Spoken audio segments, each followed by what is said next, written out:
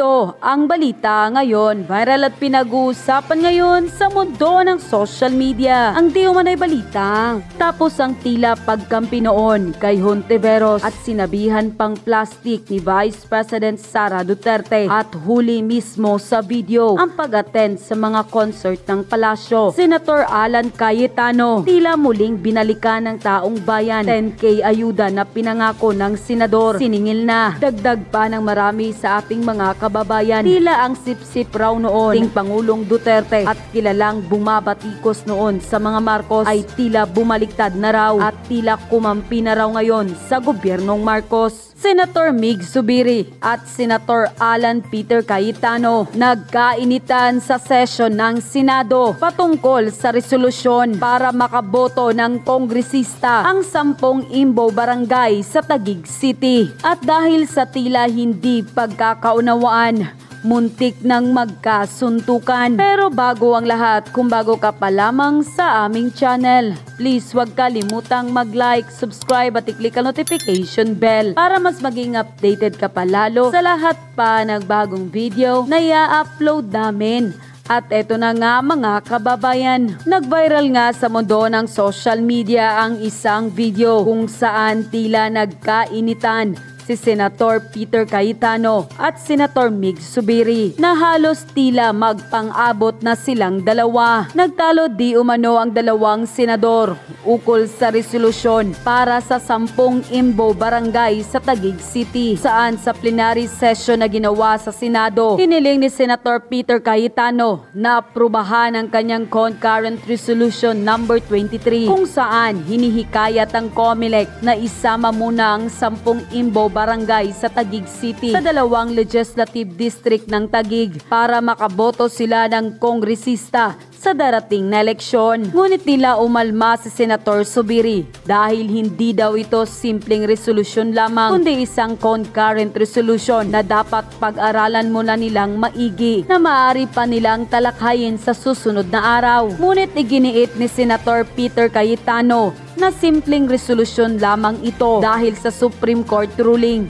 Hindi na ito'y tinuturing na batas ang isang concurrent resolution na inaaprubahan ng Senado at Kamara. At dito na nga nagsimulang magkainitan dahil tila nagmamadali din si Senator Peter Cayetano na maaprubahan ang resolusyon na ito dahil huling araw na daw ng sesyon ng Senado ngayong Miyerkules at tila nangangamba siya na biglang mawala ng pasok dahil sa pag-ulan at pagbaha at nang sinuspinde na ni House Speaker Chis Escudero ang plenaryo ng sesyon para sa paliwanagan. Lang nawala ang live telecast sa YouTube ay may nakakuha naman ng video sa loob ng Senado kung saan tila nagkainitan na ang dalawang senador at tila muntik nang magpang-abot at makikita din sa nag-viral na video ang tila pagpapaliwanagan ng dalawang senador hanggang sa tila uminit ang ulo ni Cayetano at napasigaw kay Senator Zubiri na wag daw itong sisigawan, na tila muntik nang magkasuntukan nang bitawan ni Senator Peter Cayetano ang hawak nitong ballpen hanggang sa inawat sila ng mga kasamahan nila sa Senado. At sa huli, nang bumalik ang sesyon ay nagkapatawaran naman ang dalawang magigiting na senador. Nang lumabas ang balitang ito ay hindi naman mapigilan ng marami sa ating mga kababayan na madismaya at tila muling binalikan si Cayetano sa mundo ng social media. At ayon pa sa kanila, dati saludo ako for Cayetano since he is under good governance, pero ngayon hindi na. Naging balingbing na siya. Nag-iba na rin ang pananaw niya as politician. Si Cayetano kasi kung saan malakas doon yan sasakay. Balingbing ang 10,000 kada pamilya. Sip na Cayetano, dati maka Duterte, now BBM na naman. Playing safe talaga. Talagang magaling na senador si Cayetano. Kaya lang, isa sa mga nagpatunay ng totoong laro ng mga politiko. Kung sino ang nasa taas, doon ka kumapit kahit hindi na tama ang ginagawa. Noon kasi maka Duterte, pero ngayon kumakapit na rin kay PBBM kahit naklaro pa sa sikat ng araw. Pa concert lang kasama si Cayetano. Tapos tinatabunan ng media ang totoong kalagayan ng bansa. Sabi daw tumaas ang ekonomiya ng Pilipinas, pero ang totoo, nagbenta ng ginto, tumaas pa ang trilyon ng utang ng bansa. Puro pa ayuda kahit walang malaking sakuna. Halatang nagpapatrending sa pamumulitika sa mga Duterte para hindi mahalata ang ginagawa nilang kabulastugan. Kawawang Pilipinas, puro pansariling interes ang nakaupo ngayon sa gobyerno. Basta pera nga naman, pati mali, ginagawang tama. Grabe ka, Cayetano. Klaro pa sa sikat ng araw na sinubukan mo pang ipagtanggol ang PhilHealth Queen. Ayan tuloy, nasupalpal ka tuloy ni VP Sara Duterte namin. Yan ang bagay sa'yo. Tila tuluyan ka ng bumaliktad, Cayetano. Nagtatanong lang po, bago ka magmagaling, nasaan na yung 10K ayuda na pinangako mo sa amin? Ang dami ng taong nakalipas, until now wala pa din. Naunahan ka na lang ni Tamba sa mga ayuda. Mas mabuti na talagang lumabas na ang totoo mong kulay para malaman ng taong bayan kung sino ang karapat dapat iboto sa susunod na eleksyon. Kakahiya kayong dalawa ni Risa. Hoy boy, 10K, mahiya ka naman. Unahin mo muna ang 10K ayuda na pinangako mo sa taong bayan bago ka magmagaling dyan sa Senado. Tila hindi ka na nahiya sa mga Duterte. Matapos kang tulungang manalo bilang senador, nakuha mo pang ipagtanggol ang PhilHealth Queen. Bagay lang talaga sa iyong tawaging boy 10K dahil isa ka din palang manggagamit. And call. Napaka-concert na naman. Ayun si Pedro, oh. Tingnan niyo si Alan Peter Cayetano, mga kababayan. Parang humihingi ng atensyon kay Madam Admiral. Oh, hindi pinapansin, mga kababayan, oh. Siya talaga ang, ma'am. Oh, hindi pinapansin, mga kababayan. Yan ang ulo ni Cayetano, oh. Naki-join sa concert. Oh, pansinin mo naman, Admiral. Oh. Oh, yan, nakita na si Cayetano dahil, ma'am, please, ako naman ang pansinin mo. Pahingi ng pa-notice naman, Lodi. Oh, loads na. Mayo dati-rati, ang grabing birada mo sa mga Marcos. Oh, ngayon, oh. Joiners na, mga kababayan. Oh, tapos, itsapwera lang sa tabi, mga kababayan. Pinansing na siya, oh. Usap-usap na sila, mga kababayan. Cayetano, nasaan na yung mga birada mo sa mga Marcos? Oh. Akala ba namin, Cayetano, ikaw ang maaasahan namin sa paglaban nitong mga ginagawa ng mga Marcos? Nasaan na yung pinagsasabi? Yes, okay. Ngayon po yung last day of deliberation sa budget, although they're still hoping na magpapakita po kayo. If first come to worst na talagang mapako na po sa 733 million lang po ang ma-approve. What can the OVP do with that budget, ma'am? We will see. Sinabi ko naman na noon, no, yung rason kung bakit hindi na kami mag-participate sa budget deliberations ng Office of the Vice President dyan sa House of Representatives. Dahil nga sinabi ko na dalawang tao lang naman yung nag-decide dyan, Congressman Zaldico and Congressman Martin Romualdez. At sinabi ko din yung proof ko kung bakit sila lang dalawa. And may paper trail yung sinabi ko against them. Sa 700 million, we will see kung ano yung maiwan, and then we will work around that budget of the Office of the Vice President. Pero definitely, tutuloy pa rin yung trabaho, anuman ang budget ng Office of the Vice President. But then again, ma'am, hindi pa naman po yung final kasi di ba meron pang sa Senate. So, hahabulin niyo ba, ma'am, sa Senate? Kayo ba ay magpapakita na doon during the deliberation? Yes, meron. Nag-aantay kami ng schedule galing sa Senate for the plenary budget hearing ng Office of the Vice President. So, a-attend kami dun. Pero wala na kaming expectation na mahabol pa yan. Kasi nga, sinabi ko doon sa interview ko, pagdating sa bicameral, kung nasaan nandun na yung dalawa, the Senate and the House of Representatives, wala ding nasusunod doon except si Zaldico at si Martin Romualdez. At ang example ko niyan ay yung attached na list, no? Sa classrooms ng Department of Education na kahit pa man tinanong ng mga senador, nandun pa rin siya sa final draft and nandun pa rin siya sa General Appropriations Act. At ang isa pa doon na example ko sa inyo na sila linig naman ang nasusunod doon, yung kaguluhan nila at sagutan nila sa AKAP. Wala yung AKAP, di ba? Nakita na lang nila yung AKAP sa bike camp. At sinasabi ni Zaldico, hindi, pumirma ang mga senador eh. So, yun yung example ko na, yun yung proof ko na dalawang tao lang nasusunod dyan. Si Zaldico at si Martin Romualdez. But despite that, ma'am, sure na yung inyong attendance po sa Senate deliberation? Yes. Kahit alam mong, if first come to worst, talagang yun ang makukuha ang budget ng OVP. Opo, oo. Sigurado yung attendance namin. In fact, kahapon, na-discuss namin dyan sa chief staff na opisina, kung ano yung date para ma-block namin yung date ng plenary ng Senate. But apparently wala pa daw mga schedule, so nag-aantay kami. Ma'am, last po, yung show cause order po na pinalabas po ng Committee ng Good Government sa ilang mga OVP officials po.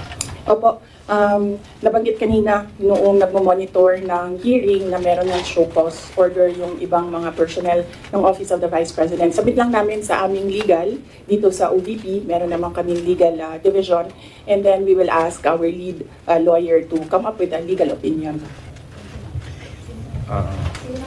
Next, there's a follow-up question from Bea regarding the OVP budget.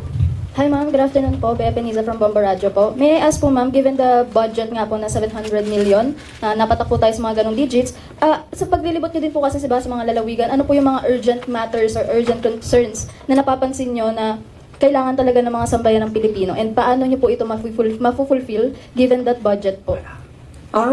Ang Office of the Vice President naman kasi, it's complementary yung mga projects namin sa iba't ibang departments ng gobyerno.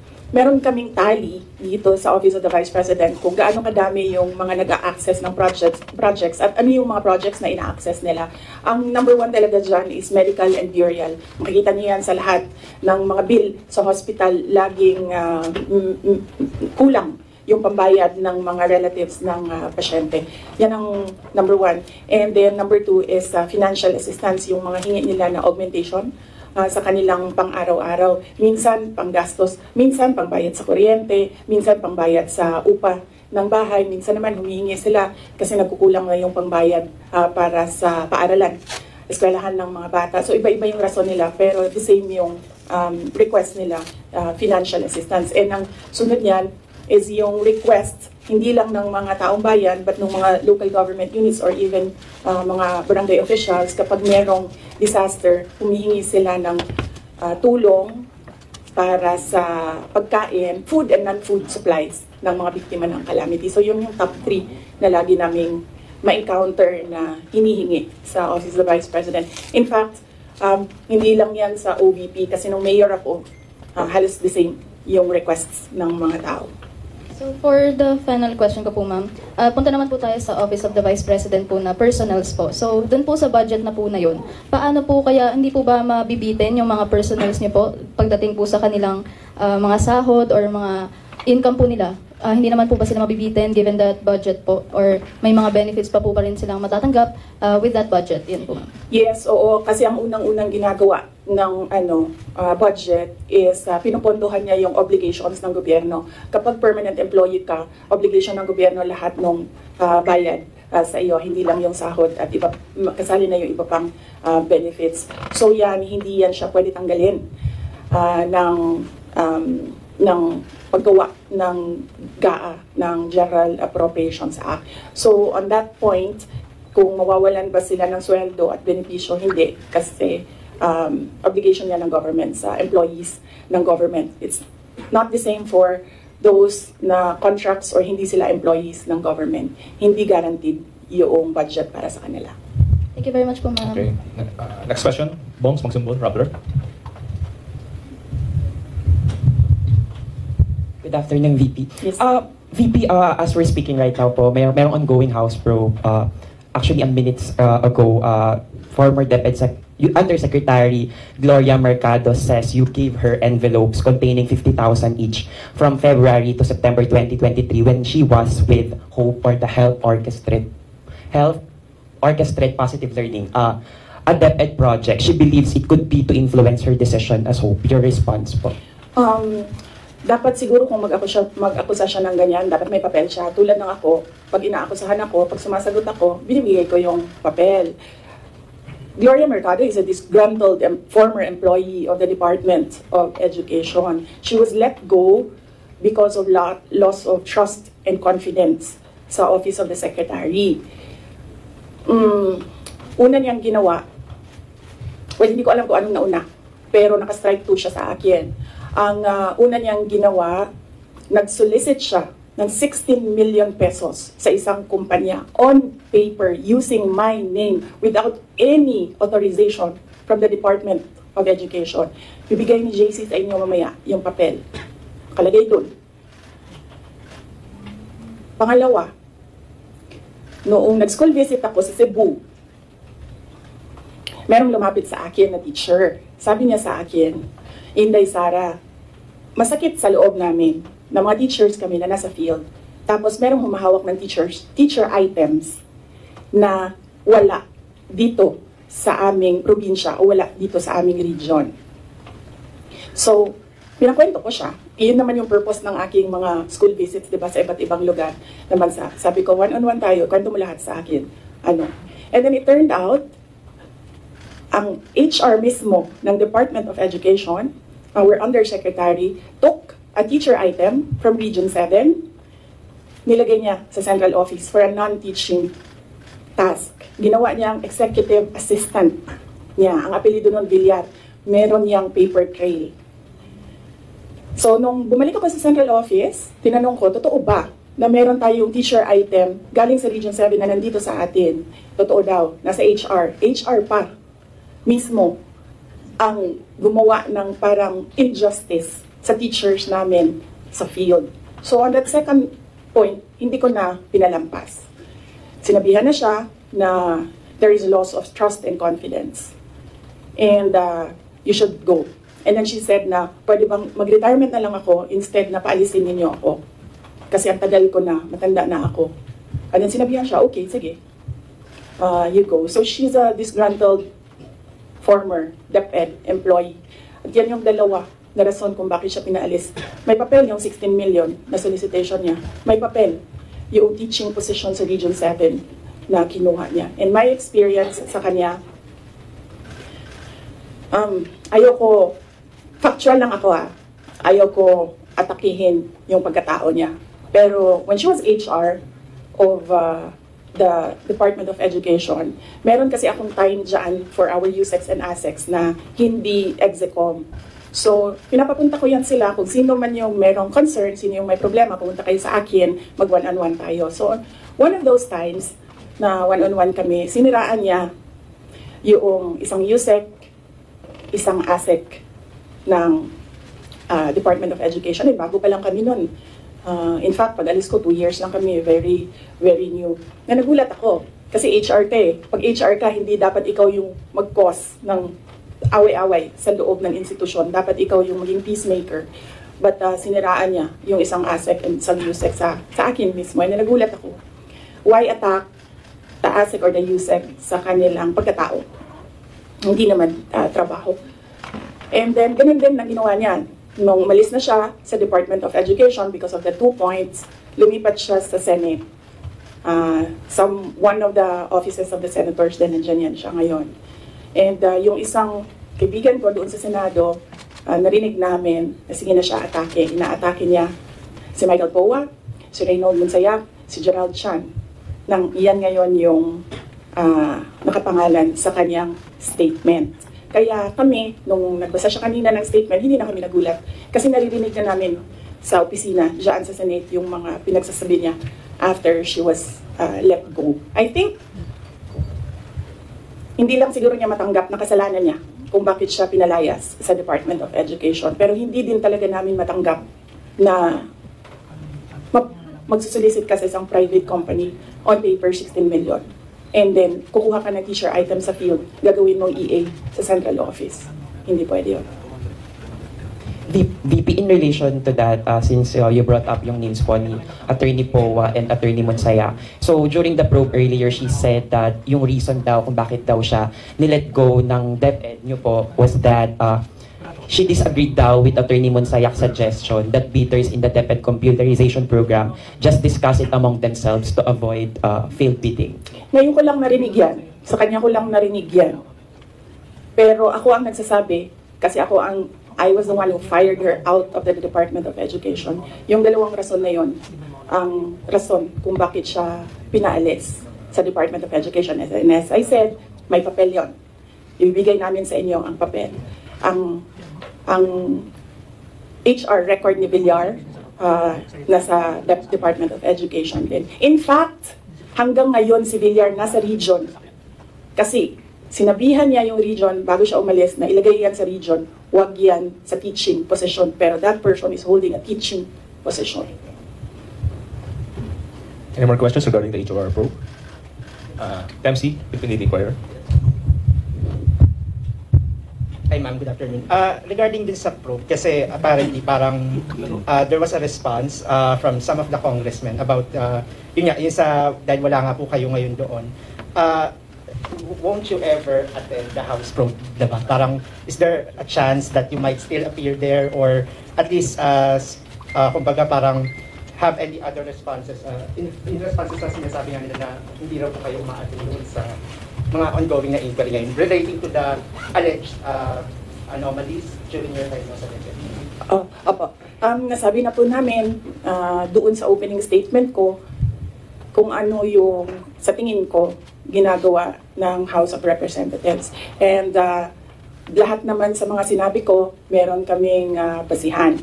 At sinabi ko doon na what they're trying to do is they're trying to make a case for impeachment. Kasi last year pa yan nila gusto talagang gawin. They're trying to make a case for impeachment. Dahil wala silang ebidensya, ang ginagawa nila, nag-fishing sila dito sa mga tanong sa loob. Kung maririnig nyo, di ba mali? Di ba mali? Ginagano nila yung sumasagot na COA resource person. And of course, ano lang ba ang rank and file? Siyempre, congressman yung kaharap mo. Di sasabihin mo, oo po, may mali. When in fact, ilang beses na kami sumagot, we are fully cooperating with the audit process, and we are answering and filing our comments in all the cases before the Supreme Court. In fact, kung mag-file pa sila ng kaso pa, sasagutin namin yan sa korte, pero hindi doon. Kasi kung gusto nila mag-impeach, huwag nila kunin sa akin sa mga bias na tanong nila sa akin ang gagawin nilang impeachment. Kanina, sa tanong mo kung a-attend pa ba ako, we take it one hearing at a time. So, when we receive an invitation, we study, una-una, pinapadala siya sa legal, pinag-aaralan namin, dinidiscuss namin dito sa opisina with the personnel. And then, tinatanong namin yung mga personnel. Like in the case of this invitation, nakapangalan na sila doon and hindi na pwede ang authorized representatives. So, we sit down with them and we ask them, ano ba ang gusto mong gawin? So, depende sa sagot, yun ang sinusuportahan namin. Ako as head of the agency, sinusuportahan ko kung ano yung gusto. Right now, walang gustong pumunta doon sa kanila. Kasi ang concern ng lahat is yung pamilya nila. Sa kanila daw sarili, walang problema because they are government employees. So, makakasagot sila. Ang hindi daw nila makontrol is yung paninira sa pamilya nila. At yun ang concern ng lahat ng employees ng dito ng Office of the Vice President. And sabi din ng legal namin, there are valid legal points or legal questions sa nangyayari na hearing, which is the contempt of the letter to Congressman Joel Chua kaninang umaga. Unang-una doon, yung privileged speech mismo ni Congressman Valeriano nagsabi ng unverified claims. So paano ka magagawa ng hearing based on unverified claims? Hanapin mo muna yung mali, tapos ka mag-hearing. Hindi yung doon mo hanapin yung mali sa hearing. Pangalawa, ito yung punto ko nung last akong pumunta sa kanila. Nakalagay sa batas, nakalagay sa constitution natin. Inquiry in aid of legislation. Hindi siya gumamit ng investigation. Sabi niya doon, persons, the right of persons shall be respected. Hindi siya nagsabi ng witnesses. Pero pagdating mo sa rules sa loob ng House of Representatives, rules nila in aid of legislation, ginagamit na nila interchangeably. Inquiry and investigation, persons and witnesses. Mag-decide muna sila, ano ba sila doon, korte o hindi? Hindi naman sila korte. At paano ko nasabi na gumagalaw sila na parang korte? Nilagay nila doon. The rules of court are supplementary to these rules. So, ibig sabihin, gumagamit na sila ng rules of court. Ang ginagawa nila doon na is an investigation that is akin to the judicial process na ginagawa ng NBI, na ginagawa ng DOJ, na ginagawa ng mga piskal. At ang isa pang punto namin doon sa sulat ay ano yung pangatlo? Kalimutan ko na. Pahingi tubig, sir.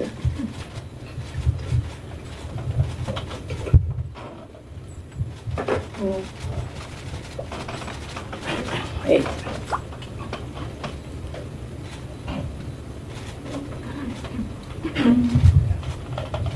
Napagod ako sa kakasulat nito kagabi. Ano oras ito? Pinadala ko. 12:35 a.m. Ito na. Thank you.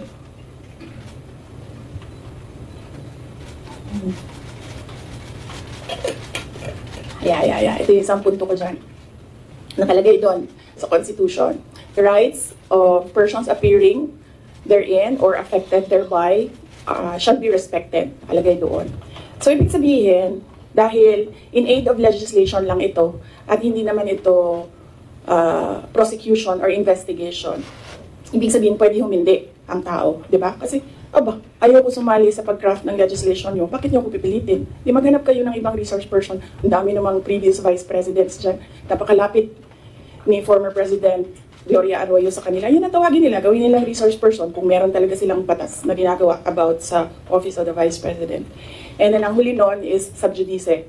Ang daming questions nila na kaparte ng 3 cases na final sa Supreme Court na dapat hindi pinag-uusapan sa labas ng korte.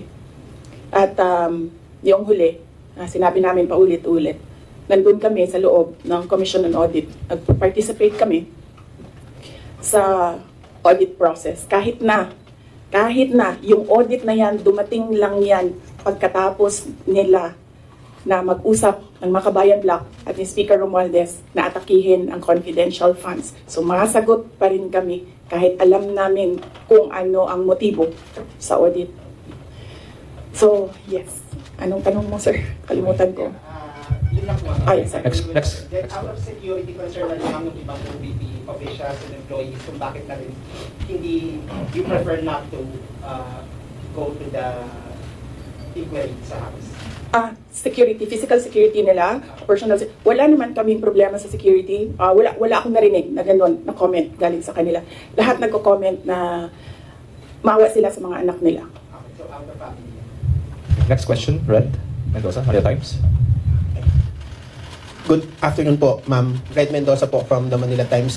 Ma'am, si Congressman Jill Bongalon of the Ako Bicol Party List said na kung hindi naman daw po kayo interested sa trabahong ito, mag-resign na lang daw po kayo. Sabi din po ni Kong David Suarez, Deputy Speaker David Suarez, na most of the congressmen felt na the Vice President, kayo daw po, with all due respect, ma'am, sabi po, mag-resign na lang daw po kayo kasi parang hindi kayo interested sa trabaho, ma'am. Ano po ang inyong masasabi dito sa sinabi ng quote-unquote young guns of the Congress? Oo. Actually, kung mapapansin nyo, hindi ako nakikipag-usap sa kanila. Nakikipag-usap lang ako kay Zaldi Coach at kay Martin Romualdez. Pero pagbibigyan kita, Red? Yes po. Yes, pagbibigyan kita. Gusto nila mag-impeachment, diba? So apparently, pakiramdam ko at sa tingin ko sa mga nangyayari, wala silang kaso for impeachment. Kaya sila nandyan. Kaya sila sige hanap ng kung anong gagamitin nila. Ngayon, ang track ni Franz Castro, ni Trillanes, is impeachment. Gumawa sila ng isa pang track na resignation. Parang papalabas nila, impeach ka namin for wrongdoing, whatever. And then, itong isang grupo na ito, umalis ka dyan. Kasi kapag hindi ka umalis, kapituko ka. Pero, hindi naman kasi ako sasagot sa young guns. Dahil, kailangan ko sumagot sa 32 million na bumoto sa akin. Hindi sa isa or dalawa na tao. Kaya, hindi ako aalis dito. Dahil nilagay ako ng mga tao dito, believing that I will work for the country. And that is what we did. We worked. Follow-up lang po, ma'am. Kasi pakiramdam daw po nila, ma'am, meron daw po mga section ng 32 million ang nawalan na po ng tiwala sa inyo. And specifically po, from the Marcos loyalists who voted you po with the tandem of your ex-friend, President Bongbong Marcos. Ano pong inyong pakiramdam po, ma'am, na parang yung iba po sinasabi ay quote-unquote nabudol dahil sa inyong tandem, ma'am? Hindi ko nasasagutin yan. That needs a sit down. Next. Next question, Ms. Giselle. Alright. JMA News Online. Good afternoon, ma'am. Regarding your Calaguas trip po, ma'am, can you give any clarification regarding this? Kasi may mga nagsasabi daw po na during or before no House plenary deliberations, nag-beach trip daw po kayo. Doon ako sa Calaguas. Isasagot ko nga sana yun doon sa isang question, no? I visited island barangays. And kung tatanungin niyo ako, ano yung problema. Unang-una, ganun pa rin, access to medical care. Dahil island barangays sila, usually pag nagkakasakit daw yung mga tao doon, hindi na nagpapagamot. Doon na lang din sila namamatay. Then pangalawa, internet access.